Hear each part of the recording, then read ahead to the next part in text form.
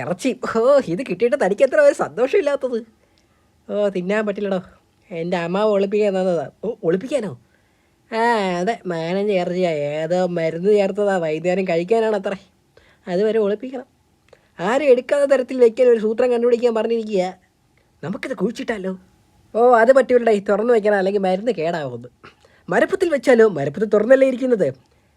പറ്റില്ല, ഇറച്ചിയിൽ വെയിൽ കൊള്ളണം. എന്നാൽ പിന്നെ ഇവിടെ തന്നെ വെച്ചിട്ട് നമുക്ക് കാവലിരിക്കാം. വൈകുന്നേരം വരെയോ? അത്രയും വെയിൽ കൊണ്ടാൽ നമ്മൾ കിടപ്പിലാവും. അതുമാത്രമല്ല, അമ്മാവൻ എന്നോട് ഒന്നുകൂടി വരാൻ പറഞ്ഞിട്ടുണ്ട്. ഞാനൊരു വഴി കണ്ടിട്ടുണ്ട്, പക്ഷേ തൻ്റെ ഒരു ഹെൽപ്പ് വേണം.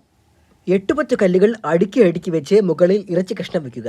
ഏറ്റവും വലിയ കല്ല് താഴെ, അതിന് മുകളിൽ അതിലും ചെറുത്, പിന്നെ അതിലും ചെറുത്, അങ്ങനെ അങ്ങനെ അങ്ങനെ അങ്ങനെ വെച്ചിട്ട് എന്താ ഗുണം? എടോ, അങ്ങനെ വെച്ചാൽ അതൊരു ശില്പം പോലെ ഇരിക്കും. ഇറച്ചി ശില്പത്തിൻ്റെ ഭാഗമാണെന്ന് തോന്നിയാൽ ആരും പിന്നെ അതിൽ തൊടില്ല. എങ്ങനെ ഇടഞ്ഞ ബുദ്ധി!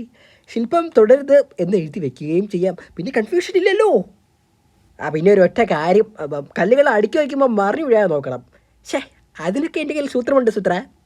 എന്നാൽ പിന്നെ വർക്ക് തുടങ്ങിക്കോ, ഞാൻ പോയിട്ട് പെട്ടെന്ന് പതുക്കെ വരാം.